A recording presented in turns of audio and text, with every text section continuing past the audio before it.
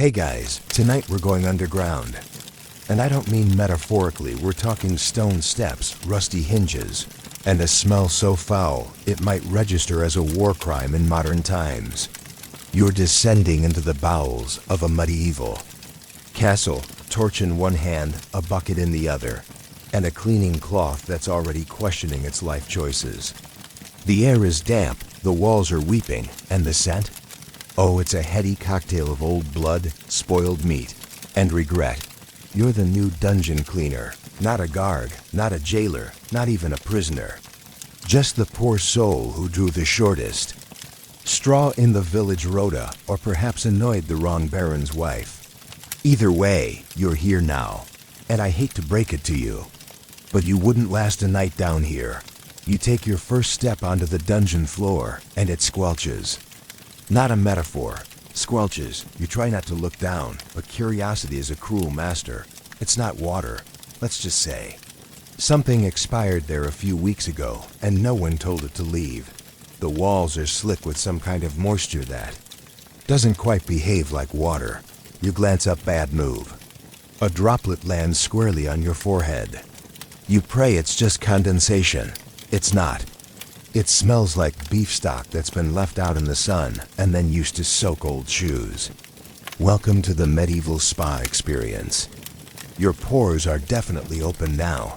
Your supervisor is a man named Hob. He's missing 2 fingers, walks with a limp, and laughs like a broken bell. Start with the oubliette, he croaks, tossing you a set of keys on a ring large enough to collar a small donkey. And don't fall in, last lad did. We didn't bother getting him out. The oubliette. A word that sounds fancy until you realize it means the place where people were literally forgotten. A hole in the ground. A prison within a prison. Your job? Clean the bottom. No ladder. Just a rope. Great. You shine your torch down. Bones. Rusted shackles. A goblet with someone's teeth still in it. You lower yourself down, slowly, 1 foot at a time, feeling the rope fray in your grip. It groans under your weight. You groan under the weight of your decisions. Once you're down, the smell thickens like fermented sadness with notes of despair. You scrape at the muck with your little broom. The broom snaps in half. That's okay. Your will to live is next. Notice something scratched into the stone wall. Latin, maybe? Or possibly just bad spelling. You rub it to get a better look. A piece of wall crumbles and reveals a hole. Inside the hole, a doll made of twine, hair, and suspiciously teeth. You put it back. Some things are not yours to disturb. Back up top, Hob asks if you heard the whispers. You laugh nervously. He doesn't. They get louder after the 3rd hour, he mutters, sipping something from a chipped mug that smells like vinegar and boiled turnip. Don't listen to them. They lie. You try to focus, scrub, rinse, gag a little, repeat. It's not even midnight yet. At some point, you find yourself face to face with a door that's barred shut, though no one remembers locking it. Your torch flickers. A wind picks up. Underground. That's normal, right? A low thud echoes from the other side. You tell yourself it's just the castle settling. The castle chuckles. In the next cell, a prisoner is mumbling to himself. You peek. In, he's drawing something on the wall with a fishbone dipped in. Well, you don't ask. They whisper to me too, he hisses, eyes glowing faintly in the torchlight. Let mine sing. You walk away quickly, bumping into a rack of torture. Tools someone left out like dirty dishes. You trip over a boot. There's no foot in it, thank the saints. You place it neatly on the rack, because you're polite even in the face of mortal peril. Hours pass, or maybe days. Time has no meaning here. Only the cleaning schedule matters. You finally find the cleaning log, a damp sheet of parchment with 2 entries. One reads, Tuesday, blood bucket full. The second simply says, God help me. Just before your shift ends, if it ever does, you come across the latrine chute. It's a marvel of medieval engineering, a long, narrow shaft. used by nobles to dispose of their business. It drops straight into the dungeon. Of course it does. A fresh plop echoes above you. You step aside just in time. You count your blessings. All 3 of them dot at last. Hob returns, looking vaguely impressed. You ain't gone mad yet. That's a start. He hands you a crust of bread and a cup of something that might be soup or might be melted candle. Wax, you sip it anyway. You're too tired to care. Somewhere in the darkness, chains rattle. A bell tolls that no one rang. And from the oubliette, a soft whisper, "Clean faster." You curl up in the corner, using a sack of rotting straw as a pillow. Your last thought before sleep claims you? You forgot to clean the torture chair. Again, don't worry. You'll get another chance if you survive the rats. You wake up with straw stuck to your face and something damp seeping into your tunic. It's not morning. There's no such thing in the dungeon. Just a slightly less terrifying shade of dark. Your joints crack as you sit up, and your breath. Mists in the air. That's odd. It shouldn't be this cold unless, oh, you're not alone. From the far corner of the corridor, eyes glint back at you, tiny, beady. Multiply that by roughly 100. The rats have arrived. You blink. They do not. One bold rat saunters out ahead of the others, dragging a breadcrumb twice its size like it owns the place. Which, to be fair, it might. It pauses in front of you, sniffs and lets out a high-pitched squeak that sounds suspiciously like amateur. The others begin to circle. Not in a menacing way, more like they're assessing your usefulness. You grab your bucket. The rat leader, let's call him Sir Whiskers, seems unimpressed. He stands on his hind legs and paws at the air like he's giving a speech. You realize with growing dread that these rats have a routine, a system, possibly a union. Your task this morning, if it's morning, is clearing out the storage cell. It's where food, tools, and sometimes prisoners are tossed when no one can decide where they belong. You're ankle deep in straw and something crunches underfoot. You hope it's old barley. The rats follow you in. They spread out like inspectors. One climbs onto a barrel, watching you like a foreman at a medieval sweatshop. You begin sweeping. 5 minutes in, something hits your boot. You jump. It's a tiny wooden cart, hand-carved, with wheels, being pushed by 2 rats working in tandem. They load it with crumbs, drag it behind a barrel, and vanish. You stare. No one mentioned organized rodent activity during orientation. Later, you find a torn scroll stuffed behind a stone. It appears to be a crude map. Rat-sized tunnels, escape hatches, food drops. This isn't infestation. It's infrastructure. These rats have departments. You reach for your flask. It's empty.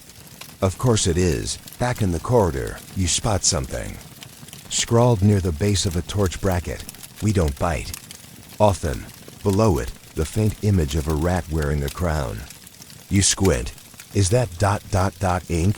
No, it smells like fermented turnip juice. Classic rat ink.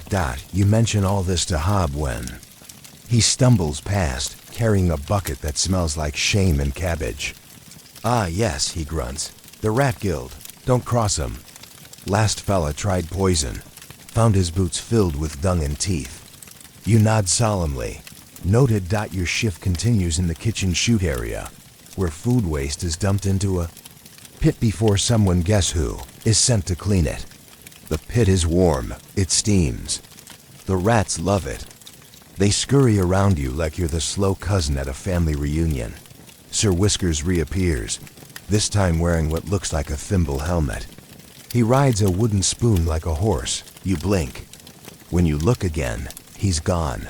Maybe you're hallucinating. Maybe this is dungeon madness. Or maybe the rats have medieval cosplay night. Still, you do your job. You scrape. You mop. You make the mistake of humming, and the walls hum back. Great. The acoustics in here are possessed. By mid-shift, you're instructed to inspect the rat tunnels. You don't ask why. You just crawl in, torch held low, belly brushing damp. Stone, the tunnel is too narrow. Your shoulders ache. And there's a smell like roasted onions dipped in feet. Deeper in, you find a nest made of shredded scrolls and old straw. In the center, a tiny crown, made of wire. You leave it where it is. Some monarchs are best left undisturbed. On the way out, you hear faint squeaks in unison, a chant perhaps, or a rat folk song. You don't know the words, but it sounds like victory. Later, as you rinse your hands in a barrel of what claims to be water, Hob lumbers past again. Rats keep this place running, he mutters. They move supplies, chew through rope traps, even spy on prisoners. Better than half the guards, if you ask me. You didn't ask him. Still, you start leaving crumbs in a little corner, just in case. A peace offering. That night, when you return to your straw pile, you find a small trinket placed on your blanket. A polished stone, shaped like a heart. You look around. Nothing but flickering torchlight and silence. Almost. A soft squeak echoes from the shadows. Approval, perhaps. You curl up, exhausted. Somewhere in the walls, the Rat Guild holds council. You made it through the second night. Barely. Just don't ever touch the cheese pile. That's sacred territory, and the last guy who did, let's just say, he doesn't squeak anymore. You're woken by the distinct sound of something sloshing. Not water. No, you've come to recognize the texture of that sound. It's heavier, stickier, the kind of slosh that promises to ruin boots, dignity, and your sense of smell all at once. Today's assignment: clear the latrine chute. You blink at Hob, hoping he's joking. But Hob doesn't joke. He belches, scratches his armpit with a rusted fork, and hands you a wooden scoop that's already seen too much. Plumbing, he mutters, is a luxury for the damned future. Medieval castles didn't have plumbing. What they had was gravity, latrine chutes. Noble bottoms perched on stone holes high above, all leading down to one. Convenient location. That location is now your workplace. You approach the chute room like someone approaching a wild animal. That might explode. The smell hits you first. Not like a wave, more like a slap. It's a pungent blend of rot, bile, and something suspiciously minty. You pause. Why does it smell minty? You whisper. Then you see it. A crushed sprig of herbs, thyme, or maybe rosemary, clearly thrown down as someone's idea of aristocratic air freshening. Lovely. Like putting perfume on a corpse. The chute itself yawns open in the stone wall, rimmed with centuries of suffering. You shine your torch up and glimpse movement far above. Someone using it. Right now, you sidestep just in time. You scoop. Slowly, carefully, pretending you're somewhere else. Maybe on a beach. Maybe in a nice dry library. Somewhere that doesn't gurgle at you. It gets worse. The runoff has backed up into the drainage trench, forming what Hob affectionately calls the royal swamp. Your job? Unclog it. You find the source of the blockage, a child-sized skull, jammed between two stones. You freeze. Then it blinks. Turns out it's a carved melon with two painted eyes, some prisoner's idea of a practical joke from long ago. You laugh, just a little. Then the melon winks again, and you're no longer laughing. You drag it out anyway, with your scoop and a prayer, and the trench coughs in relief. A surge of old waste flows away with the enthusiasm of a medieval flood, taking your bucket with it. You don't try to retrieve it. You'd rather lose the bucket than your soul. Later, you're rinsing your hands in what the dungeon optimistically calls gray water when a guard saunters by. Smells better down here today, he says. Cheerfully. Good work. You stare at him like he's just complimented a burning haystack for its ambience. He adds, you know, there's a rumor the Romans had toilets that flushed. You blink. Flushed? Yep, clean water and everything. You stare back at the chute. You stare harder. Somewhere deep inside, a single tear forms, then quickly retreats. You can't afford to waste moisture in here. Your next task is inspecting the secondary chute, a side tunnel used by the kitchen staff. Apparently, someone dropped a ladle down there last week, and the cook insists it's silver. Spoiler, it's not. You crawl in belly to floor, torch in your mouth like a miner. The air is thick and warm. You begin to question your choices. Then your torchlight reflects off something. You find the ladle, and something else. A shoe. A noble's shoe. Embroidered, velvet lined, and somehow perfectly preserved in the swamp of despair. You pluck it out, confused. Why would this be down here? Then you notice the initials stitched on the inside.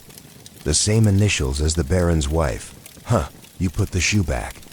This is none of your business. As you finish your shift, a scribe waddles in, holding a scroll at arm's length. We're making inventory of sanitation protocols, he says, looking at you like a zoologist examining a soggy bear. Describe your task today. You blink. Latrine chute cleaning. He writes, aromatherapy in waste tunnel status, mint infused. Moral, fragile. Discovery, possible scandal involving footwear. You nod. That's not wrong. By the time you reach your bedroll, you're too tired to care that it's damp again. You lie down and immediately feel a squirm. Not a rat. Not a bug. It's a sock. One you lost yesterday. You almost smile. Across the dungeon, someone retches. A prisoner wails a lullaby. Drips echo like a leaky METRONO me. And in the distance, the chute gurgles. Waiting for you, you pull the sock over your eyes. You survive the plumbing. Barely. But then again, what's one more night under the castle when you've already cleaned history's worst toilet? Tomorrow, they say, you polish. The Iron Maiden. Sweet dreams. You're awoken by Hobbs' foot nudging your rib, not gently. Rise and shine, he grumbles. The Iron Maiden's looking a bit dusty. You groan. Not because of the bruised rib, though. Yes, thank you. It's throbbing, but because you remember what the Iron Maiden is. And you'd very much like not to be in its company today. Still, you rise. Because dungeon cleaners don't get sick days, vacation, or the sweet release of being forgotten. You stretch, brush a beetle off your sleeve. It gives you a dirty look, and follow Hob down the corridor. The Iron Maiden stands in the torture hall like a bad guest who never left. Tall, iron, shaped like a woman. If that woman were 8 feet. Tall and deeply committed to stabbing you from the inside. Its doors are slightly ajar, as if it's waiting. You can practically hear it whispering, "Welcome back." This thing was never proven to be a real medieval torture device, by the way. But don't tell the castle torturer that. He loves it. Calls her Maisie. Says she hums to him at night. Anyway, your job is to clean her. You start with the outside. Rusted iron plates, covered in old streaks, some blood, some something else. You don't ask. You scrub, hard. Your rag squeals against the metal like it's unhappy with this entire arrangement. Same. When you get to the faceplate, you notice the eyes are hollow. But as you lean closer to polish them, your torchlight catches something. Scratches, dozens of them. Names, some crossed out. Some with tally marks beside them. One name appears again and again. Elena. Sometimes spelled with an A, sometimes an E, sometimes upside dash down dot. You ask Hob who that was. He shrugs. Too many Elenas down here to tell. Could've been a noblewoman. Could've been a goat. We put everyone in the Maiden back in the day. Double quotes comforting. You open the doors next. Slowly, just in case she bites. Inside, rows of iron spikes. Dozens, maybe hundreds. Each stained, curved, and angled just enough to suggest they weren't made for a quick end. There's dried blood here too. Ancient, flaking like old bark. You lean in with your brush, holding your breath. Then pause. Something moves. You freeze. Another. Blink. There it is again, just behind one of the spikes. A flicker. A shimmer. You tilt your head. and hear it breathing, very faint, but rhythmic. You step back. The doors creak slightly open, as if exhaling. Hob glances over. Don't mind her, she does that sometimes. Some say she's got a ghost. Others say it's just the wind through the spike holes. You nod like that makes it better. While you're cleaning the base, you find something wedged under the hinge. Scrap of parchment. It's soaked and rotting, but you can still read part of it. A list of names. The top one is crossed out. The next says simply, "The cleaner." You laugh, then stop. Not funny. To finish the job, you polish the locking mechanism. It's a cruel thing, clever in the way that only deeply bored nobles and unhinged engineers can achieve. You remember hearing once that some medieval inventors were rewarded for designing the most efficient pain machines. This one might have. Won a ribbon, still works, Hob says proudly. He demonstrates by slamming the doors shut. They click with a finality that echoes down the corridor. Then they don't open again. Hob fiddles, then grunts, then curses. Well, she's stuck again. You try not to think about what that means. Instead, you look around the chamber. Other tools line the walls. Thumb screws, racks, something involving pulleys and salted twine. You hope you don't have to clean those next. A voice interrupts your anxiety spiral. "You there," it snaps. A man in a red robe enters, one of the castle interrogators. He has the look of someone who hasn't slept, laughed, or bathed since the last solar eclipse. "You cleaned the maiden?" You nod. "Good. She's needed tonight. Nobility's orders." You blink. "She's booked?" "Indeed," he replies, as if you're discussing a dinner reservation.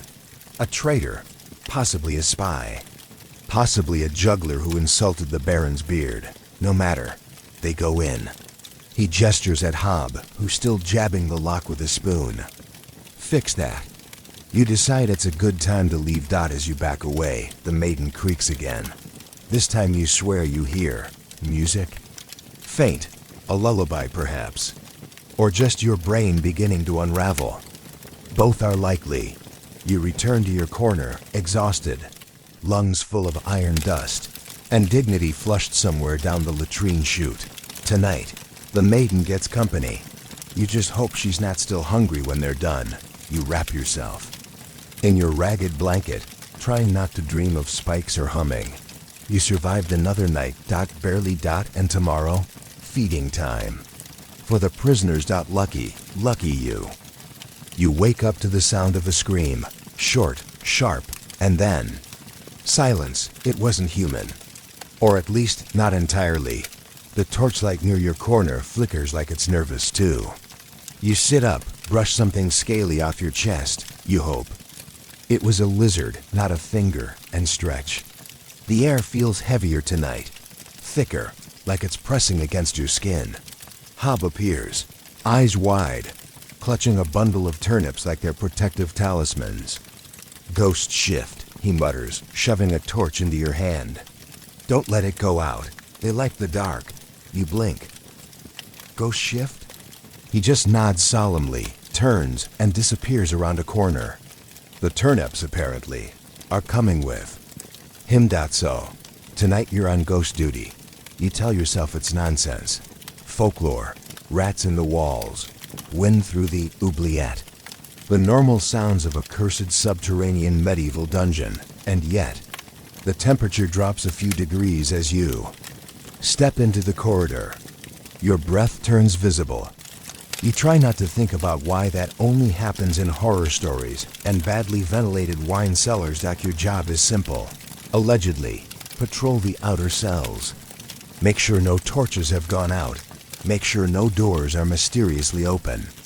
Make sure you don't die. The first cell is empty. Mostly. There's a skeleton slumped in the corner, knees pulled up like it died mid-conversation with itself. Someone's painted a mustache on its skull. Artistic prisoners are underrated. The second cell is also empty. You think, until you hear the soft scrape of something moving behind the wall. You lean closer. The sound stops. You lean away.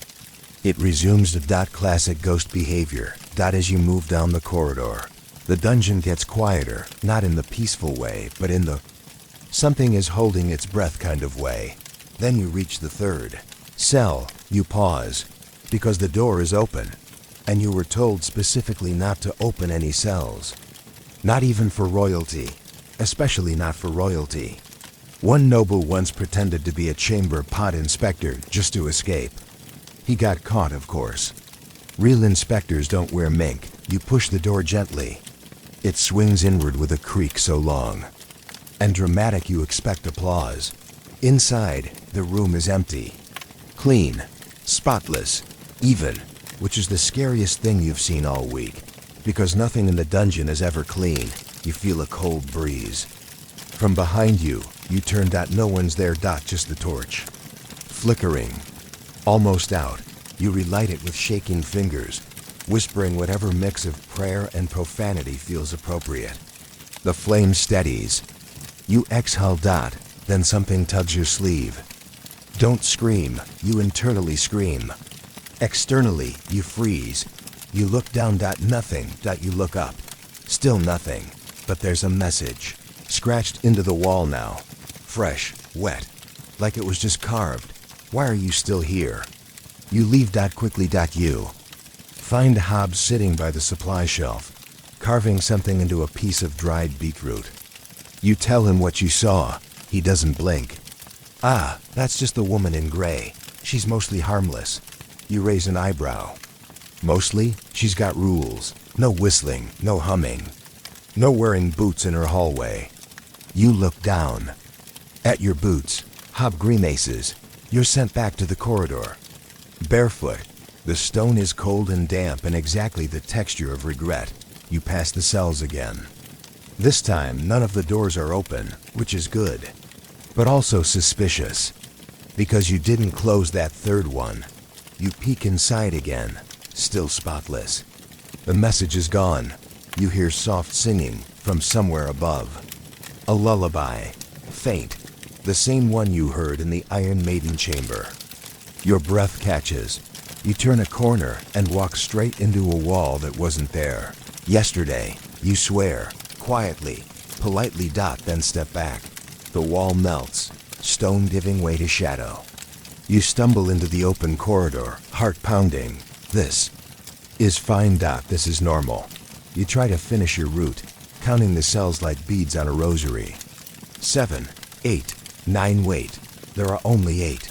You turn back. The 9th cell is gone. In its place is a door, carved from dark wood, bound in iron. No handle. Just a name, Elena. Your torch flickers violently, then dies. You're in pitch blackness. Silence. Then a whisper right by your ear. Clean faster. You run, barefoot, cold, half hysterical. You don't stop until you're back in your corner, clutching your blanket like it's made of holy relics. Hobbs, there, already snoring. One turnip in his hand like a teddy bear. You lie down, wide-eyed, pulse still racing. Ghost shift is over. You survived. Barely. And tomorrow? Feeding the prisoners. You could only hope they're still alive. You're awakened by the sound of chewing. Wet, aggressive chewing. At first you think it's Hob going at another turnip in his sleep, but no. It's louder, sloppier, and it's coming from the direction of the torture workshop. Feeding time.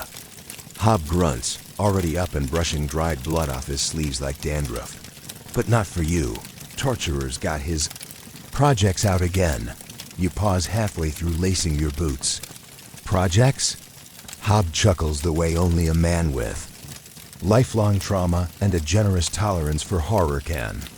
You'll see. He hands you a bucket of old bread soaked in broth. It sloshes ominously. You're delivering breakfast to the cells.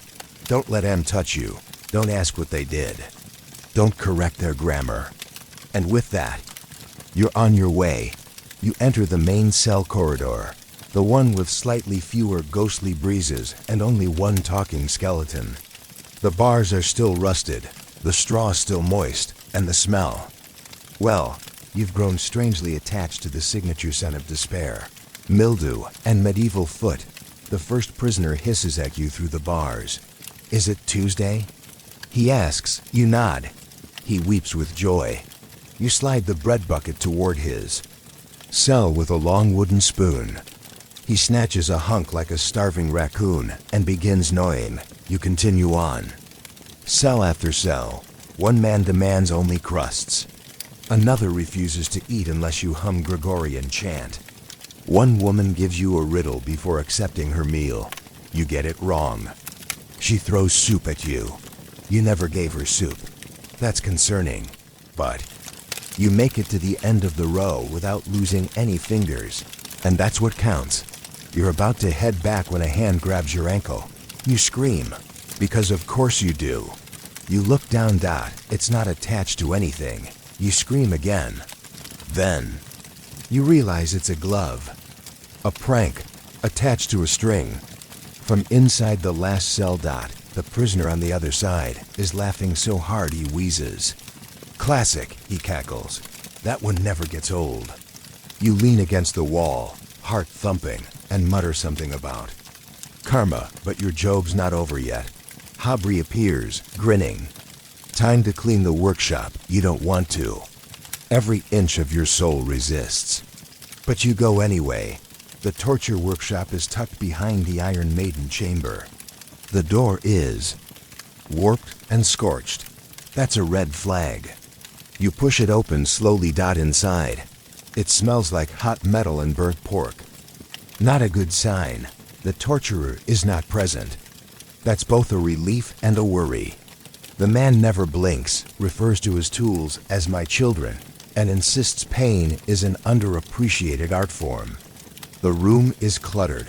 Chains, hooks, a brazier of glowing coals, and concerningly, a half-finished wooden contraption shaped like a chair with wheels and a sharp spike pointed directly at a sensitive region. You stare at it. It stares back. You clean around it.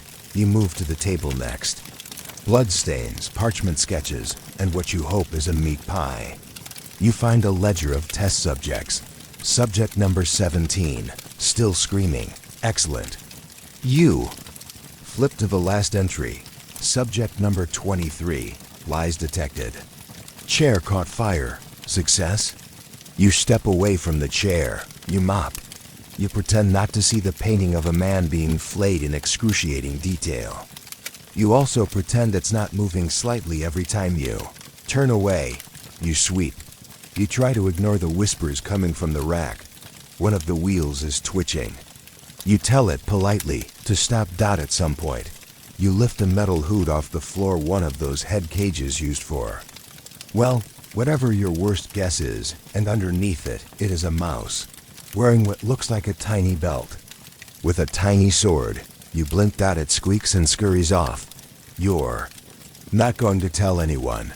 Suddenly, the torturer himself appears in the doorway. He's pale, too pale, like a man who considers daylight a personal attack.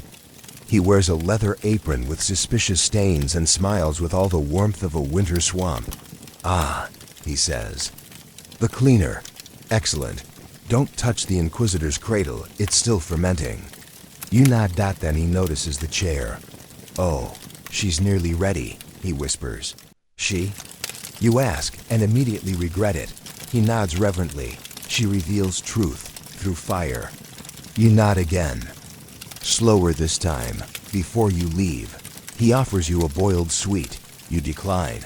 Respectfully, you walk quickly back to the sleeping corner, where Hob is already snoring on a pile of sacks. Your arms ache. Your clothes smell like metal and fear, and you can still hear that cursed chair creaking softly to itself. You lie down and close your eyes. You survived another day. Barely. And tomorrow? You're delivering food again, but this time to a noble. And nobles, you'll soon learn, are far more dangerous than ghosts.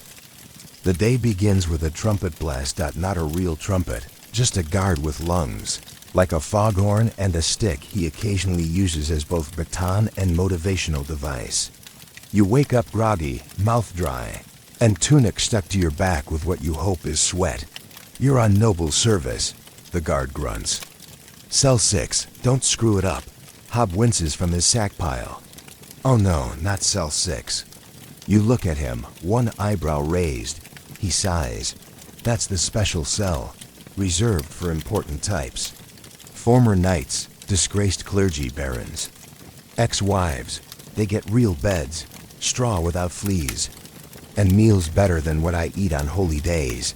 You frown, so I just bring them food? Hob nods solemnly.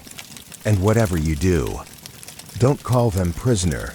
You make your way to the upper dungeon wing, torch in one hand, food tray in the other. And not the usual slop in a bucket tray. No, this one has sections. There's a goblet, a napkin, a sprig of rosemary. You feel underdressed just carrying it. You reach cell 6. It's cleaner than your sleeping corner, slightly.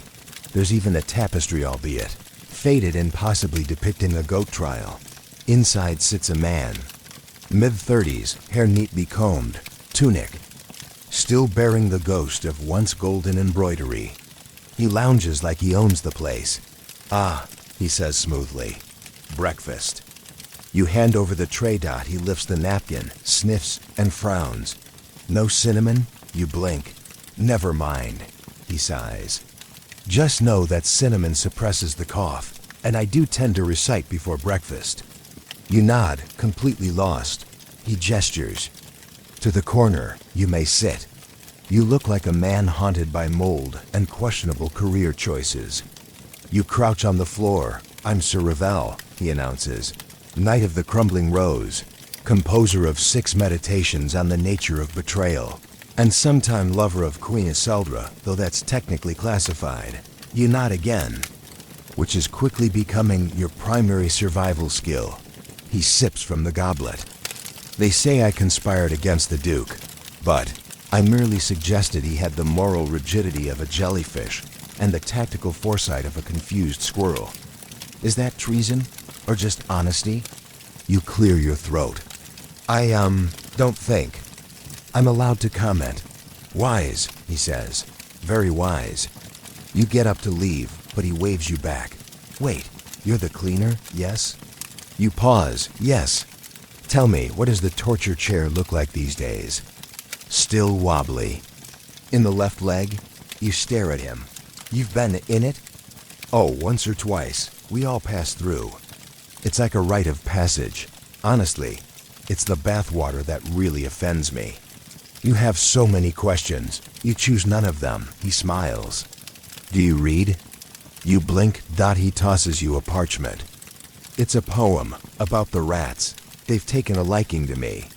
One leaves me almonds. You tuck the parchment away. Not because you want to read it, but because declining feels unsafe. As you back out, he calls after you. Don't forget, if they ask, I'm here voluntarily. That way I keep my pension. You nod. Again, of course later, Hob asks how it went. He offered me a poem, you say. Did he flirt? Hob asks. You pause. Maybe? Hob shrugs. Then it went fine. You return to your corner, now graced with a faint smell of rosemary from the tray. You unwrap the parchment. It reads, "The rats parade by torchlight dim, their leader clad in crimson trim." He sings of cheese and noble pride, of secrets locked where ghosts reside. It's not terrible. You tuck it under your sack. As you settle. And you hear Sir Ravel in the distance, reciting something operatic. A prisoner throws a bone at the bars in protest. It echoes like applause. You smile. You survived noble feeding duty. Barely. And tomorrow? You'll be scrubbing manacles again, because nothing says career advancement like polishing symbols of medieval injustice until they shine. Today is Manacle Day. You don't need Hob to tell you, it's etched into the marrow of your bones now, like a kind of medieval muscle memory. You wake up and your wrists ache in sympathy. The scent of rust hits your nose before you even open. Your eyes, manacles, Hob grunts, handing you a tin of greasy wax.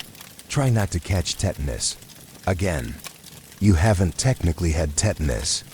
But you're confident your blood would curdle just from being in the same room as the west wall's shackles.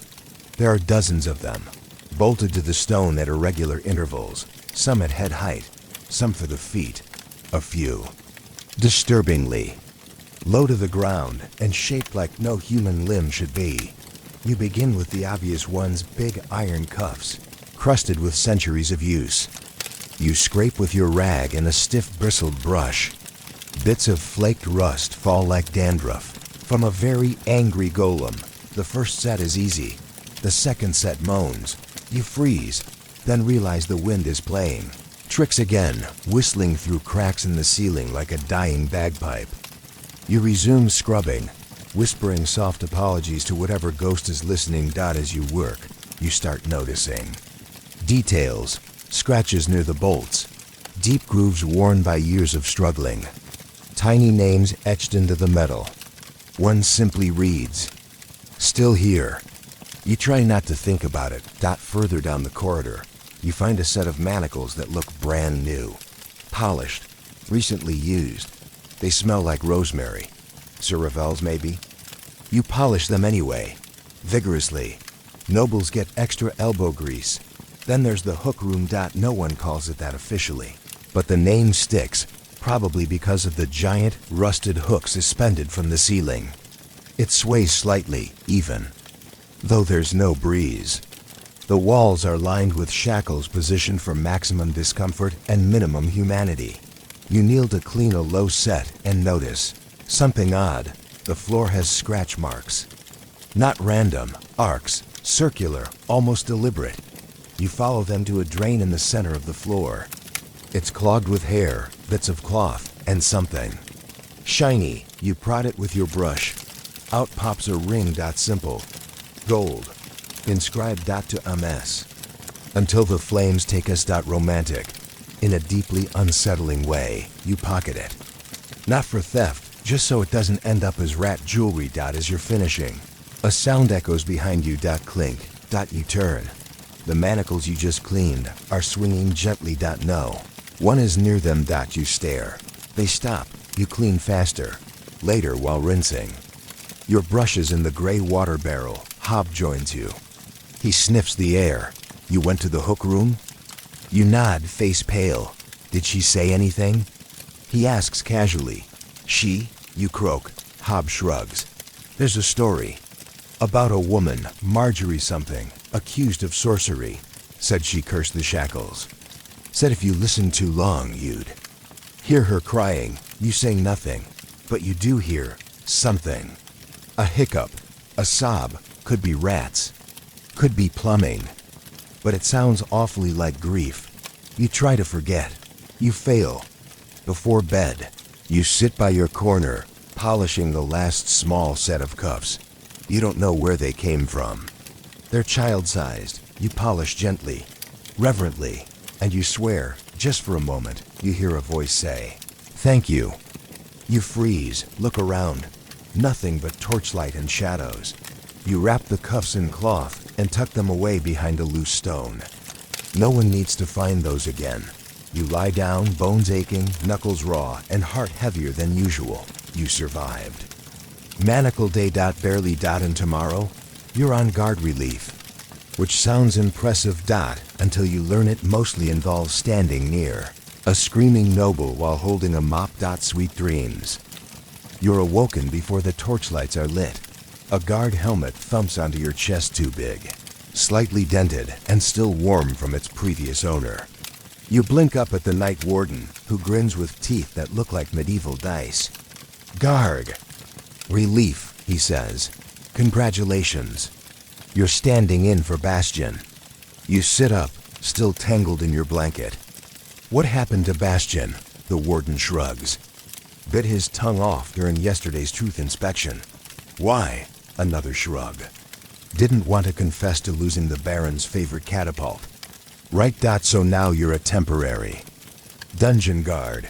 The uniform consists of a helmet, a wool tabard that smells like stale gravy, and a stick. "Not a sword, a stick. For poking," the warden says. "Not striking, unless it's the mime. Always strike the mime." You find your post just outside cell 11, also known as the verbal offender's wing. It houses prisoners whose crimes include slander, satire, and very pointed haikus. You're not allowed to speak to the inmates. You're definitely not allowed to laugh. The first few minutes are quiet. Then a voice from behind the bars purrs. You don't look like a real guard. You stay still. I mean, your helmet's on backward. You don't react. Also, you're holding your poking stick like a baguette. That's not regulation. You sigh. Pity, the voice continues. We had such high hopes when we heard. A new one was coming. Thought maybe someone tall. Maybe someone ... literate. You can't help it. You glance sideways. The prisoner inside is draped dramatically across the stone bench, nose in the air, wrists shackled but still somehow gesturing with flair. Name's Marn, they say. Court poet, former. Some lines hit a little too. Close to the bone, you understand. You nod, briefly. No words. You're still technically guarding. Want to hear the verse that got me locked up? Marn asks. You do not. They recite it anyway. The Baron's chin, a noble hill, from which no thoughts descend until the day it wobbled. Weak and pale, a jowl of wine, a tale of ale. You snort. Huh, Marn crows. That's 2 days off my sentence. You pretend it didn't happen. You... Next order is to supervise the screamer. That's not a nickname. That's what's carved into the wood plaque nailed to cell 12. The screamer doesn't sleep. She just sits and stares and occasionally lets out a scream so pure, so high-pitched. That dust falls from the ceiling. She screams at exactly 15-minute intervals. You time it. It's oddly comforting, like a psychotic cuckoo clock. You're told to knock once if she looks like she's about to explode. Twice if she starts floating. Only happened once, the warden says. But once is enough. Mid-shift, you're sent to the noble wing again. Guard duty outside cell 6 Sir Revel's suite. He's in mid-duel. With himself, using 2 spoons. You stand outside, pretending this is fine. He nods to you. Ah, good. My backup. Watch the left spoon he fights dirty. You do ... eventually. The spoons clatter to the floor. Sir Revel bows. Victory. As always, tell the queen her champion endures. You salute him with your stick. By hour 6, you've stood in 3 cells, blocked a rat from stealing a prisoner's goblet, and broken up a fight between 2 monks arguing about whether repent is a verb or a lifestyle. Your feet are numb. Your spine is making threatening creaks. And then, the mime arrives. No one saw him enter. He's just suddenly there. In the hallway. Dressed in black, face painted white, eyes like haunted teacups. He makes no sound, just stares. Then slowly he starts to pretend he's pulling rope. Hob appears behind you. Don't fall for it. That's the fake rope. The real one comes after. You blink. What real one? But the mime is gone. Just gone. You check your pockets. He's left you a folded paper swan. Inside it, a drawing of your face, screaming neat. By the end of your shift, you return the helmet to the warden. Didn't pass out, he says, nodding. That's considered above average. You shuffle back to your corner. Hob is already asleep, his hand still on a turnip. You lie down, limbs shaking from standing so long, and wonder how real guards survive this every day. You survived guard. Relief. Barely. And tomorrow? You're assisting the surgeon, which means blood. Screaming. And someone yelling, just bite the stick. Can't wait. You wake up to the smell of boiled onions and regret. Surgery shift, Hob says, plopping a stained apron into your lap. Try not to faint on the patient this time. Makes him nervous. You sit up slowly. Bones cracking, eyelids glued. Halfway down, and last night's memory of a mime still lurking in your dreams like a particularly smug ghost. Surgery? You croak. Dungeon surgeon, Hob clarifies.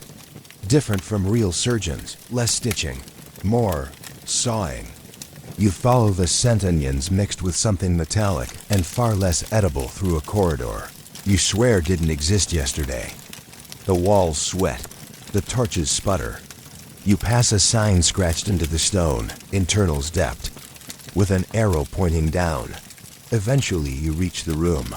A large man in a blood-splattered robe turns to greet you. Ah, the new hand. His smile is too wide. His gloves are too red. Welcome to the cutting room. There's no operating table, just a door laid flat across two barrels. The patient is already on it, very conscious, and very suspicious of everything. I'm Dr. Millick, the man says cheerfully. Castle certified. Sort of. You glance around. There are no books, no charts, no sterilized tools.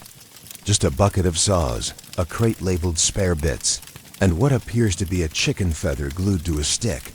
Hand me the truth clamp, Millick barks. You pick up something that looks like a crab made of pliers.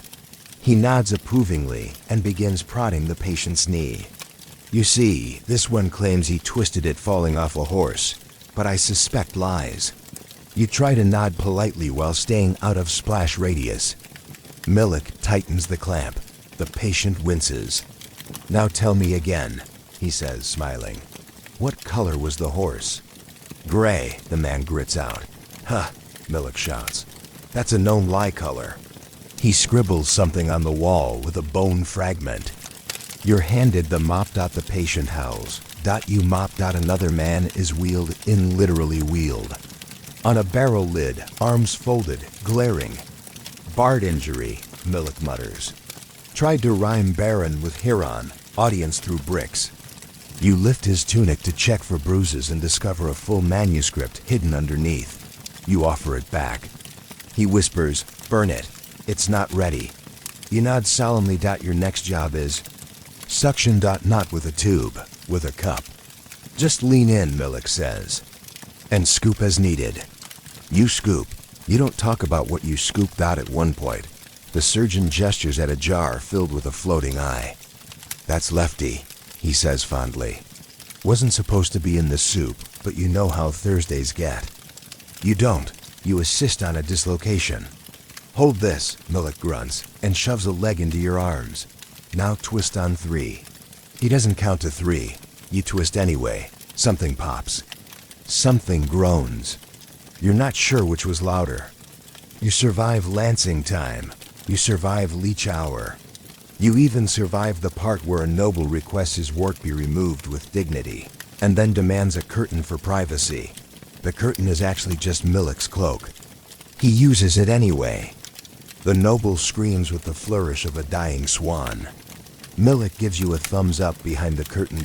By the end of the shift, the floor is sticky, the tools are scattered, and you smell like boiled leather and onions.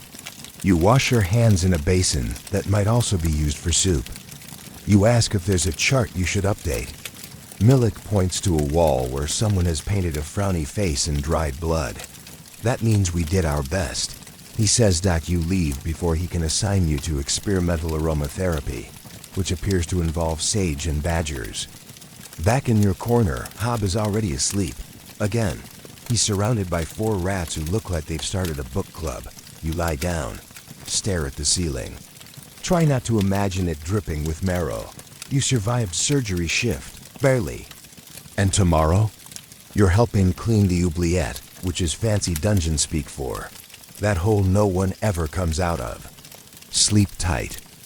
This morning, no one wakes you. The dungeon is too quiet. No boots stomping. No Hob yelling about phantom mold. Not even a rat chewing something it shouldn't. You sit up slowly. Hob's sack pile is empty. On the wall, someone scratched 2 words in coal, oubliette duty. You remember now. Today's job. The worst job. The job that makes manacle scrubbing feel like a spa day. You put on your boots. Grab your cleaning kit, which now includes a rope, a very long spoon, and a handful of dried pears. You're told act as negotiators and follow the signs. The oubliette isn't on the main floor. It's deeper, beneath the torture wing. Beneath the mold baths. Past the forbidden's pantry and the screaming pipe. Organ. It's a hole, literally, a perfect circle carved into stone, like someone punched through the dungeon floor with divine fury. No ladder, no door, just vertical darkness, and the occasional faint whimper echoing upward. You're not going in, you're being lowered in, because apparently, someone down there made a mess. Hob appears just as you're checking the rope.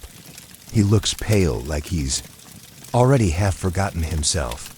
Don't talk to anything that knows your name, he mutters. And if the walls start whispering, hum loudly. You nod. And then you descend. It's cold. The kind of cold that clings to your lungs and makes your knees feel like they've done something wrong. The light from your torch dims with every foot. You try not to look directly down. The rope creaks. You hum, tuneless, anxious, and very off-key. After what feels like centuries, your feet touch something solid. The bottom. It smells like vinegar, mildew, and wet regret. You shine your torch around. You're in a small, round chamber. No exits, no furniture.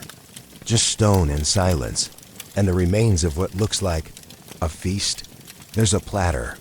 Cheese green with thyme. A goblet, overturned, its contents dried to a crust. Bones, human probably. A boot, definitely not yours. And on the wall, written in something far too red to be ink, remember me. You back away. Your foot hits something soft. You look down. A doll, stuffed, handmade, wearing a tiny crown. It blinks. You throw it. It bounces. You're fine. Everything's fine. You start cleaning, wiping the walls, scrubbing the floor, gathering debris into your bucket like a medieval Marie Kondo with trauma. Every once in a while, you hear a whisper. Faint. Echoing. Saying your name. You. You. Louder. You find another message behind a loose stone. Tell her I waited. Who? You don't ask. Instead, you discover a journal. Pages fused with mold, but the ink still visible. The last entry reads, they said 1 week. It's been 9 months. I named the rat Clarabelle. She judges me harshly. I deserve it. You decide to leave it there. As you prepare to be hoisted back up. The rope jerks. Then stops. Then goes limp. You stare up. There's no light. Hello? You call. No answer. You wait. The doll twitches. You start climbing, hand over hand. Boots scraping stone, whispering apologies to the shadows. After far too long, a hand grabs yours. Hobb. Looking mildly bored. Takes a while sometimes, he says. Rope ghosts. You don't ask. Back in the corridor, you feel like you've been gone a week. You're covered in dust, bruised and strange. Emotional places, and for some reason, slightly fluent in Latin now. You hand off your bucket. No one wants it. You sit, quiet, shaking, and you swear you hear the doll's voice in your head, whispering lullabies in a minor key. You survived oubliette duty. Barely. And tomorrow? You're on execution witnessing, not doing anything. Just standing. Nearby. With a clipboard and a polite smile. Welcome to the team. You're given a clipboard and a warning. Don't flinch. The warden says, strapping a belt with a quill holder around your waist. They don't like it when the witnesses flinch. Looks unprofessional. You blink at him. Witnesses? For what? He grins like a man who hasn't slept since the last rebellion. Execution day. Ah, of course. Because after scrubbing manacles, enduring ghost shifts, and being lowered into a forgotten pit of sentient despair, today, you get to watch people die. With paperwork, you're led to the Chamber of Judgment, which is really just a rectangular room with a drain in the floor and unusually good acoustics for screaming. There's a raised platform at one end. The executioner stands on it already, warming up with shoulder rolls and slow swings of his axe, which he's affectionately named Martha. He nods at you. New scribe, huh? Don't worry. First times. Always awkward. After a dozen or so, you get used to the thunk. You don't want to know what thunk means. You're positioned to the left of the platform, behind a small desk. The clipboard contains today's list: goat thief, reciter of forbiddens; limericks, soup poisoner; accidental, soup poisoner, intentional; man who impersonated a bishop to avoid jury duty; woman who correctly guessed the baron's age. You pause. That last one, you whisper. She got executed for being correct? The clerk next to you nods solemnly. He's very sensitive. The first prisoner is brought in, a teenage boy with dirt on his face and a goat chew toy dangling from his belt. He doesn't cry, just stares straight ahead. Name? The executioner. Grunts. Davin. Crime? Stole a goat. Twice. Same goat. The crowd murmurs. There's no crowd, but a few guards shuffle dramatically for effect. You write, Davin. Goat theft. Repeat offender. Unrepentant. Steady gaze. No visible tremors. The axe rises. You close your eyes before the thump. You flinch anyway. The second prisoner sings all the way to the block. His limericks are terrible. Something about a duchess and a fishmonger. You try not to laugh. You write, Arlo Bardic offense. Rhymed privy with chivy. Shows no remorse. The axe falls mid-verse. The executioner hums the last line. The third and fourth poisoners are brought out together. One sobs. The other rolls her eyes. He said he wanted more salt, the sobber explains. I said I wanted less arsenic. The other huffs. You write, Clarence. Accidental suicide. Penitent. Moira. Confirmed arsonist. No apologies. Impeccable.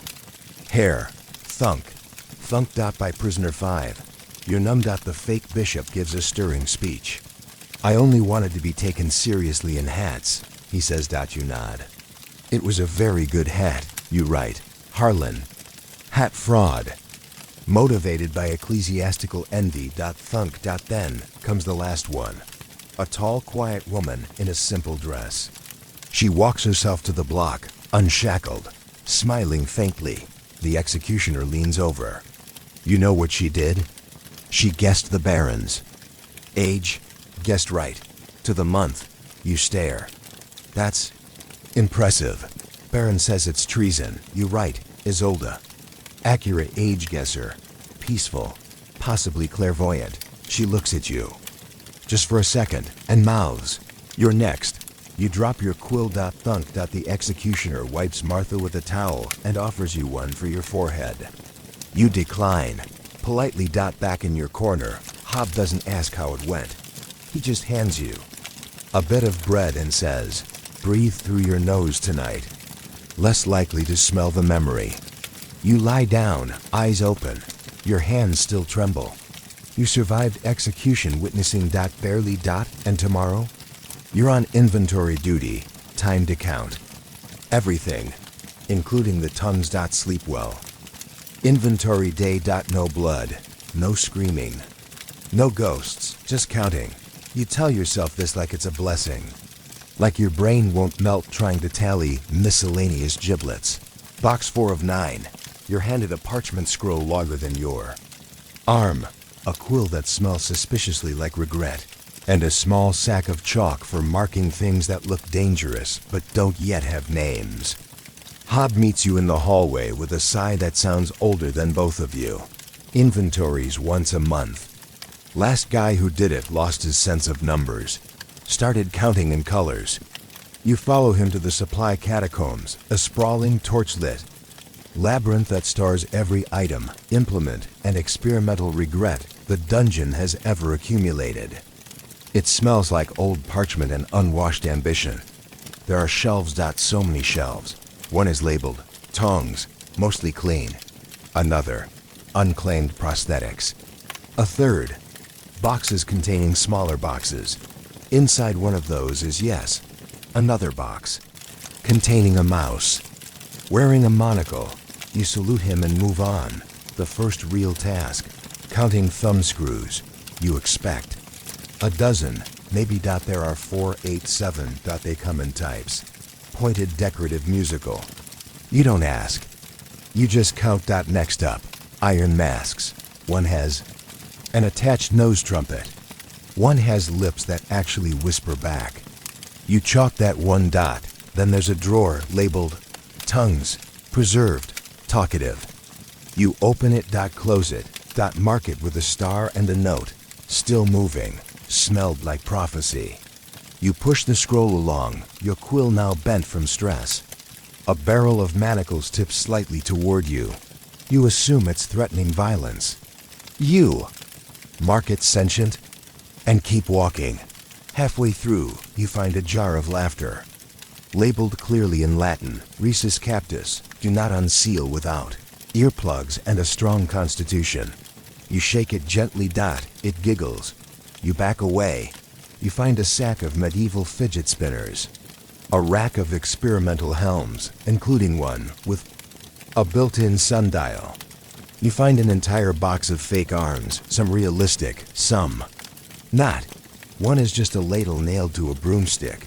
Hob joins you to tally the bone spoon collection. Why do we need so many, you ask? He shrugs. Why do you not need 83 spoons made of femurs? You have no answer. By hour 4, your hands are smudged with ink and chalk. Your sanity is lightly singed. You find a trunk labeled unexploded truth bombs. The latch is broken. You do not open it. Instead, you discover the royal punishment.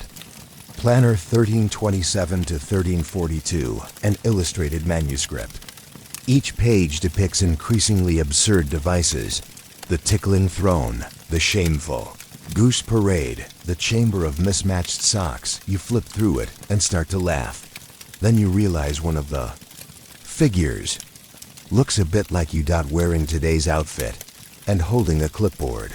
You close the book and back away, slowly. By the end of the shift, you've counted 211 masks, 45 thumb screws labeled whimsical 12, ghost catchers, only 3 functional. One chest labeled spare dignity, do not touch, you write. Inventory complete, sanity pending. You return the scroll to the warden, who grunts.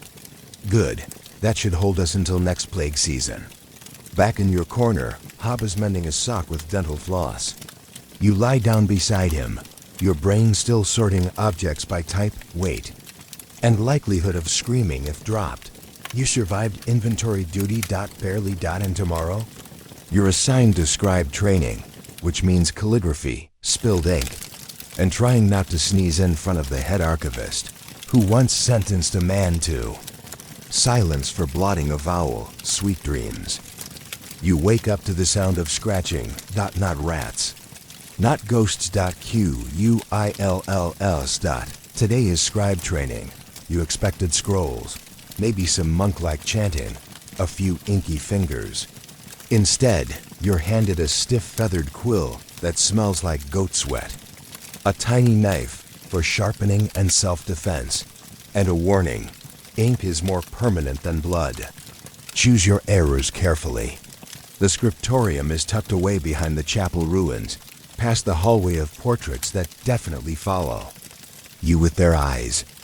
The room is lit by narrow windows that let in approximately 0 light and reflect off a dozen squinting faces hunched over desks. You're guided to your seat by Master Gribben, the head archivist. He's at least 300 years old, his robes stained, with a history of spilled vowels, and his eyebrows large enough to qualify as regional landmarks. You will copy, he rasps, without interpretation. You will write, not think. Thought is the enemy of legibility. You nod quickly, already sweating. He slaps a scroll in front of you. It's labeled Record of Screams, Volume 14. You stare. Start with page 47, he says. And remember, do not embellish the AAA entries. They're court evidence. You dip your quill. The ink is thick, dark, and slightly smells of licorice. Your first stroke is wobbly. The second is too bold. The third bleeds through the parchment. Gribben appears behind you like a vulture with a cough. He taps your ear with a ruler. 2. Much flourish, he mutters. This is a dungeon, not a wedding. You correct the letter. He nods. Vanishes again. Around you, other scribes mutter, scratch, and sniffle. One girl is transcribing the lamentations of prisoner 91 and mouthing the words as she writes. Another is drawing a diagram labeled Ideal Nail Insertion Points, Revised 3rd Edition. You move on to a new scroll. Interrogation Recipes, Part 1. Simple Brines and Advanced Salts. You copy the title carefully. Then the list. 1 part vinegar, 2 parts wounded ego, 4 drops of confession, fresh. A dash of irony. You raise a hand. Is this culinary? Gribben peers at you. It is allegorical. Write faster. You write faster. Hours pass. Your fingers cramp. You're back. Protests. The ink smells worse now. Possibly fermenting. You sneeze once. A drop lands on the scroll. You freeze. Gribben appears like mold on bread. He examines the spot. Then sighs. This scroll is now a training document. He hands you a new one, muttering, "Put it with the others who sneezed." You glance at the shelf labeled Scrolls of Shame. It's, well, ... after a lunch break consisting of hard bread and ink-stained cheese. You're told to practice. Script identification. Gribben slaps down several anonymous excerpts. Your task.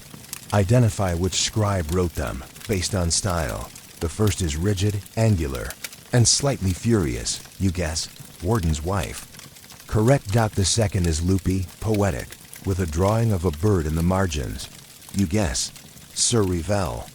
Also, correct. The third is just the word wobuwai written 78 times, slowly devolving into stick figures crying. You guess, the mime? Gribben frowns. We do not speak of the mime. By the end of the session, your hands are black, your neck is locked at a permanent 45-degree angle, and your soul is stained with 7 different fonts. But you've learned how to fake a 13th century signature, how to blot blood with a blotter. It's right there in the name. And that "the" is just fancy spelling for "the," but people will absolutely fight you over it. You return to your corner, parchment tucked under your arm like war loot. Hob looks up and sniffs. Ink duty? You nod. He nods back. Saw a rat quoting Cicero earlier. Probably been sneaking into lessons. You lie down, the shapes of medieval letters still dancing behind your eyes. You survived scribe training. Barely. And tomorrow, you're scrubbing the pit again. Not the oubliett, other one. The one where the air moves like it's breathing. Don't think about it now. Just sleep. The pit. Not the oubliette. Not the latrine trench. Not even the place where they keep the leftovers from the failed leech and cheese experiment. No. Today you're cleaning the pit. No one tells you exactly what it is.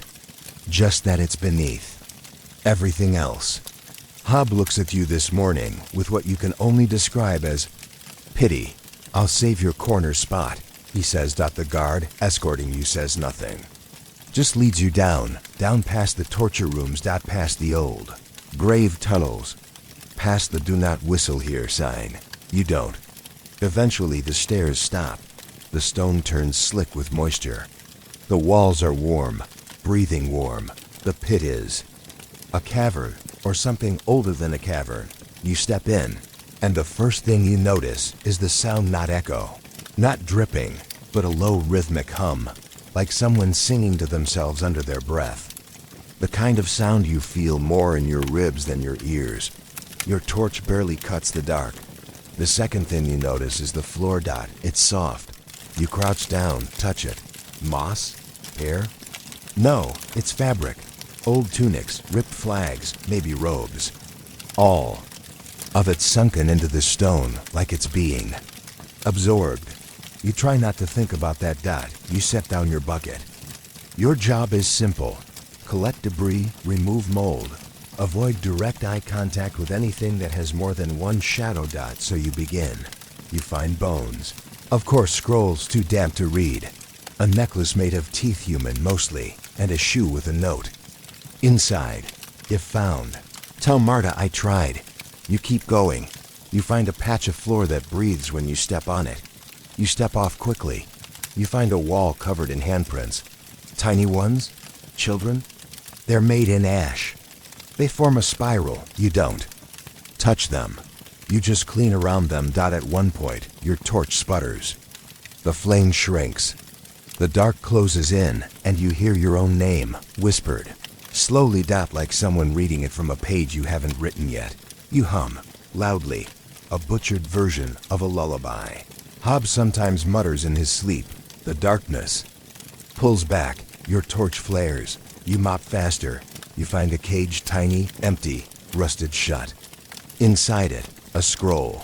The pit was not made. It was fed. You don't clean it. You just bow a little. Out of habit or respect. Or survival instinct. An hour passes, or maybe 5. Time bends oddly down here. Your fingernails are black. Your breath fogs even when it's warm. Your water skin tastes like secrets. You think you see someone. A girl. She walks at the edge of your vision, wearing chains like bracelets, smiling without eyes. You don't follow. Finish scrubbing. You whisper, I'm done now. The hum stops. Just for a second. Then it starts again. Faster. Like approval. Your escort reappears, rope in hand. You climb out. You don't look back. Later, back in your corner, you're silent. Hob offers you a rat he baked into a loaf. You decline. You saw it, didn't you? He asks. You nod. He doesn't say more. Just pats your arm like someone who's been where you've been and left part of himself behind. You lie down, and the floor feels firmer than it did this morning. You survived the pit. Barely. And tomorrow? You're on torch duty, just replacing. Torches, easy, right? Except half the sconces are haunted, and the other half bite, sleep, if you can. Torch duty. At last something simple. That's what you think. Right up until your shift begins, and someone throws a satchel of unlit torches at your chest and says, don't let them choose you. You're not sure what that means. You don't ask. You just nod like you've been briefed by life itself and begin. Your job is to replace every dying or dead torch along the dungeon's corridors. Staircases, cells, oubliettes, and mystery tunnels. Sounds easy. Just grab, swap, light, move on. Right? Except the torches don't behave like normal fire. Some sputter and hiss like angry cats when touched. Some go out the moment you look at them. One somehow moves up the wall when you reach for it. Another falls off its sconce before you arrive, as if offended by your lateness. You try to keep calm. You hum. But one sconce hums back. You start at the eastern corridor, known as the Whisper Mile. Each torch you pass lets off a faint muttering. You think they're speaking Latin, or possibly passive-aggressive French. You remove the first torch carefully and insert a new one. It screams, not like a person, like a kettle. An angry kettle in agony. You back away. It calms. You write torch number 17. Temperamental. Responds poorly to fire. You try a second one. This one lights itself before you get close. You don't even touch it. It just bursts into blue flame, laughs once, then goes quiet. You mark that down too. Number 18. Possibly sentient. Laughs. Don't engage. In the lower dungeon wing, where moisture drips from ceilings like the walls are crying, most torches have gone out completely. You begin replacing them one by one.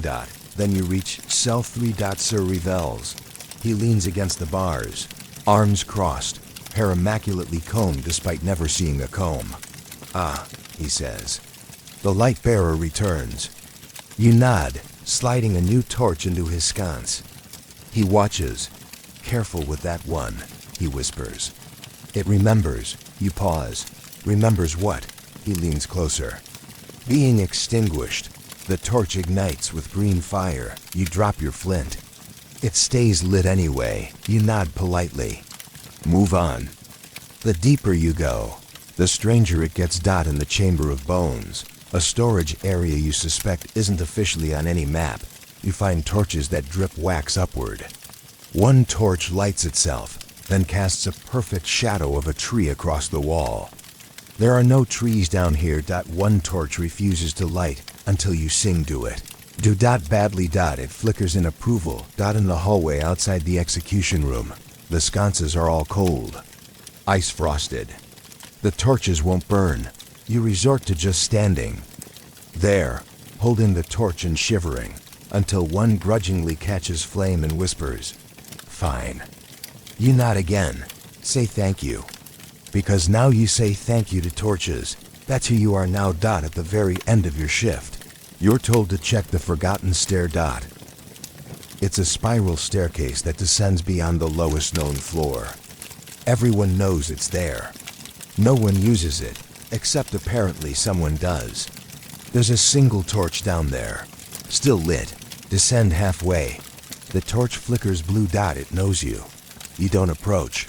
You just whisper, "Still burning. Still here," and climb back up. It flickers once in acknowledgement.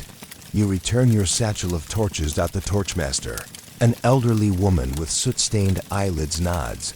"Any of them bite?" You hesitate. "One licked me." She nods again, as if that's expected. Back in your corner, you collapse into your bedroll, the smell of soot and spectral wax clinging to your fingers.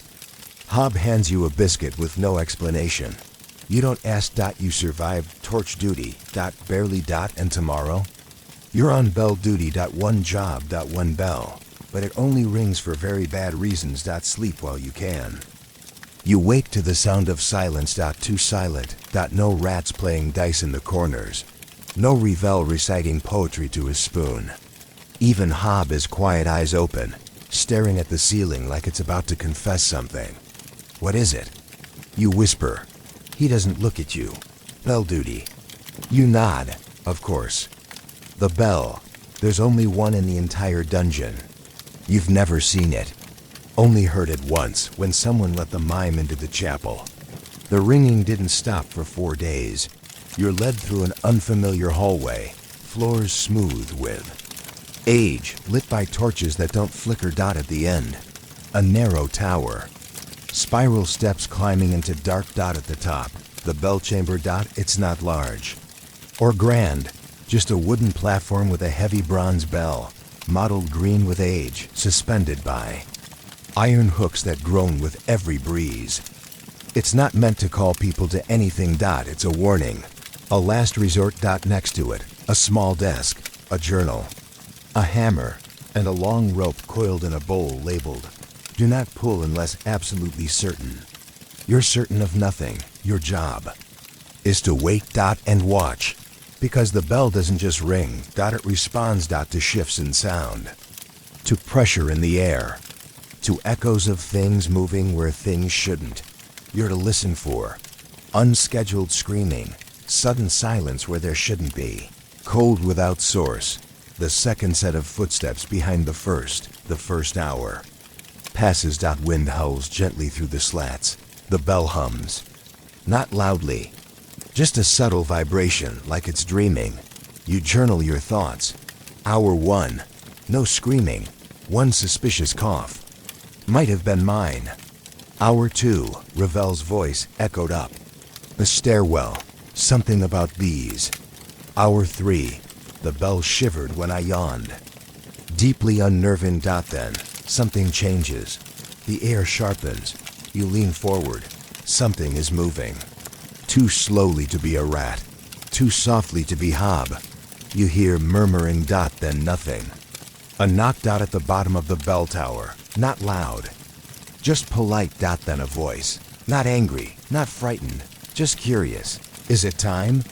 You stare at the bell. It vibrates slightly. You don't pull the rope. You don't move. Journal. Hour 5. Knock at the base. Did not engage. Voice asked a question. Bell unsure. So am I? It knocks again. Once. Twice. 3 times. The bell rings by itself. A low, slow toll. You freeze. From the corner of the platform, a trapdoor you hadn't noticed opens gently. Someone or something whispers. Good. He remembers. then closes again. The air calms. The bell goes still. You don't journal. That part. You stay until the replacement arrives. A girl with wild hair and steady hands. She eyes the bell with familiarity, then salutes you like a soldier. See anything? She asks. You think of the knock, the whisper, the bell ringing itself. You shake your head. Nothing today. Back in your corner, Hob hands you tea. Real tea. Or something vaguely leaf-based. Bell rang, he says quietly. You nod. I saw the rats running, all of them, same direction. You say nothing. You lie down. The bell still echoes in your ears, not sound. But wait, you survived bell duty. Barely. And tomorrow, you're escorting the Baron's son through the lower halls. He's 6. Armed. And bored. Sleep now. Well, no one's knocking. You are awakened by the sharp, unmistakable clink of a very small sword hitting your nose. Wake up, says a voice far too cheerful for dungeon acoustics. You open your eyes to find a child no older than 6 standing over you in full miniature armor, complete with a tiny codpiece and a helmet shaped like a duck. This is OSWIN. The Baron's son, your new charge. Escort duty. Hob whispers, already walking away. Don't lose him, or upset him, or suggest the dungeon is scary. Also, don't call him kid. He prefers Sir Oswin the Radiant. Good luck. And just like that, you're off. Sir Oswin's mission? A guided inspection of the lower halls. He is armed with a blunt training sword, a lollipop, and unearned confidence.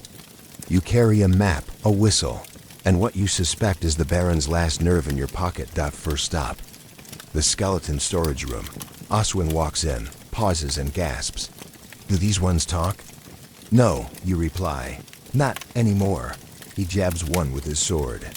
It collapses in a clatter of bones and regret. Victory! He cries, mark that down in my saga. You do not have a saga scroll. You pretend to write something in your palm. Next, the Chamber of Echoes. Every sound bounces back tenfold. You whisper, be careful. The walls shout back, be careful. Oswin giggles and begins screaming, poo pants, into the void. You try to drag him out before the echoes destabilize into full-blown sonic collapse, which has happened before and led to the invention of the muffled bard gag. In the Leech Gallery, he names one leech Sir Bubbles, then insists it follow him. You gently explain that leeches do not follow, he insists. You place Sir Bubbles in a vial and hand it to him like a trophy. He beams, you feel dead inside. Later, you pass cell 9, where the man who only speaks in riddles resides. Oswin challenges him to a duel. The riddle man says, "What walks on 4 legs in the morning?" Oswin interrupts with, "Me, after too much apple cider," and then stabs the bars. You pull him away gently, and the riddle man mutters, "Touché." At one point, Oswin demands you kneel so he can knight you. I dub thee Assistant Squire of Soggy Shoes. He taps your shoulder with his sticky lollipop sword. You bow with all the dignity of a wet ferret. You reach the bottomless hallway, a long corridor where perspective bends, and nothing is quite where it should be. Oswin loves it. I am 10 feet tall. He shouts, and my hands are sausages. Wonderful, you say, trying not to vomit from the shifting geometry. He sprints ahead. He disappears for a moment. Your heart drops, but then, look, a bat. He returns, holding something. Is not a bat. It is a sentient cloak that hisses when touched. You gently return it to the wall hook labeled, "Do not remove." It glares at you. Finally, you escort Sir Oswin to the royal drainage chamber, where he insists on leaving Sir Bubbles to swim free. The leech slithers out of its vial and down the grate with surprising grace. Oswin salutes it. So do you. Why? Not when you return him to the upper halls. The Baron nods politely. How was he? He asks. You pause, then, heroic, valiant, only mildly destabilized space-time once. The Baron grunts. Better than last week. You are dismissed. Back. In your corner, Hob is stringing tiny bells to his socks. Prevents hallucinations, he says. You don't question it. You lie down. Your legs ache. Your ears ring. You might still be echoing inside. You survived escort duty. Barely. And tomorrow? You're on ghost reconciliation, not banishment. Reconciliation. They want an apology. Sleep while the walls are still quiet. Ghost reconciliation, not exorcism, not banishment. No chanting, no holy water, just listening. You'll need this, says the spectral mediator, handing you a cloak.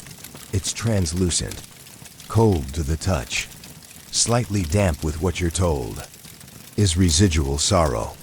And this, he adds, passing you a scroll titled, Suggested Phrases for the Formerly Unliving, including gems like, I hear you. That must have been hard. I too feel unseen sometimes. You're not prepared. But no one is. Your first assignment. Lady Thrissa, also known as the Whaler in Corridor C. She's been sobbing near the bread pantry for 216 years. Every night at 3 a.m., she weeps into the stone, and every morning, the biscuits taste faintly of despair. You approach cautiously. She's already mid-wail when you arrive, arms flailing. Hair floating, the whole spectral opera. You take a deep breath and gently say, Lady Thrissa, I hear you. She pauses, sniffs. You do? I do. That must have been hard. She lowers about 3 inches, then begins a monologue about how no one appreciated her crust recipes, not even during the famine. She sobs for 5 minutes straight about a raisin loaf that could have saved a province. You nod. You murmur. Soothingly. You hand her a crumbling parchment of your own failed kitchen attempts. She hugs you. You feel nothing but cold. Acceptance. She fades. The biscuits improve the next morning. Next. You visit Geoffrey the MLANER. He moans. Endlessly, loudly. Off key. His cell is labeled. For the love of everything, do not respond. You respond. Hey, that seems exhausting. He stops. Stares at you. Moans once softly, then explains, in great detail, that he's been moaning since 1349, because he stubbed his toe during a plague and no one ever acknowledged it. You offer to name a hallway after his sacrifice. He considers. Moans in a minor key. You take it as agreement. You hang a plaque, Geoffrey's toe. Never forgotten. He vanishes with a proud gurgle. Later, you're sent to the Hall of Misremembered Names. Here. Spirits wander muttering names they were mistakenly buried under. Greg was Geoff. Lara was Lorna. One poor soul was just labeled probably Carl. You gently correct each name. You whisper their true ones as best you can, each time. The spirit sighs a sound like parchment finally flattening and fades. But then comes the hardest case. Cell 12B. Unmarked. Inside. A pale boy, no older than 13. Sitting cross-legged in the air. Silent. Staring. You greet him softly. He doesn't speak. You sit beside him. You say nothing. You stay for what feels like hours. Then, quietly, he reaches toward your hand. His fingers pass through you, but the air warms. Just a little. He vanishes. You find a carved name under the bench. Tom. You carve it deeper. Bold. Certain. At the end of your shift, the spectral mediator hands you a sticker that reads, I talked to ghosts, and all I got was this lingering chill. You wear it with pride. Back in your corner, Hob is humming to a cup of mold. They like the attention, he says. You nod. You understand now. You survived ghost reconciliation. Barely. And tomorrow? You're back on latrine detail. Because apparently even the dead can't get you out of that. Sleep now. Your name is still yours. Latrine detail. Full circle. You started here, scrubbing things no human soul should be scrubbing, and now, like a bad medieval punchline, you've returned. Only now you're different, haunted, hardened, slightly better at sneaking clean. Water when no one's looking. Hob claps you on the back as you trudge down the hallway with your mop and your dignity dragging somewhere behind you. Back to basics, he says, offering you a clothespin for your nose. You've earned it. You begin in West Wing Waste Room number 3, a charming nook where smells go to die and rise again. The contents of the drains resemble something once solid, then emotional, now vengeful dot as you plunge your brush into something that growls slightly, you think. This is my life now. Dungeon cleaner, ghost whisperer, soggy squire of soggy shoes. Find a coin in the muck dot, you pocket it dot no shame dot an hour in. Revel walks past. I see fate has brought you home, he says, dramatically swirling a ladle like it's a rapier. You nod, wrist deep in a bucket of despair. She always does. He bows. Should you require a poem about this moment, I shall entitle it Elegy for the Eel That Touched My Foot. You nod again. He walks away. The eel slithers back into the pipe. You name him Regret. You move on to the privy of endless gurgling. It lives up to its name. Every time you think the bubbling is stopped, it starts again, louder, wetter, smugger. You clean it anyway. You whisper to it gently, like you did the ghosts. Let it go, old friend. Let it go. It burps in agreement. Later, you reach Sluice Hall Beta. A notice is pinned to the wall. Beware the phantom flush. If you hear it, run. You do hear it. Eventually, you do not run. You are too tired. The flushing comes from above. There are no pipes above. You keep scrubbing. It flutters past you.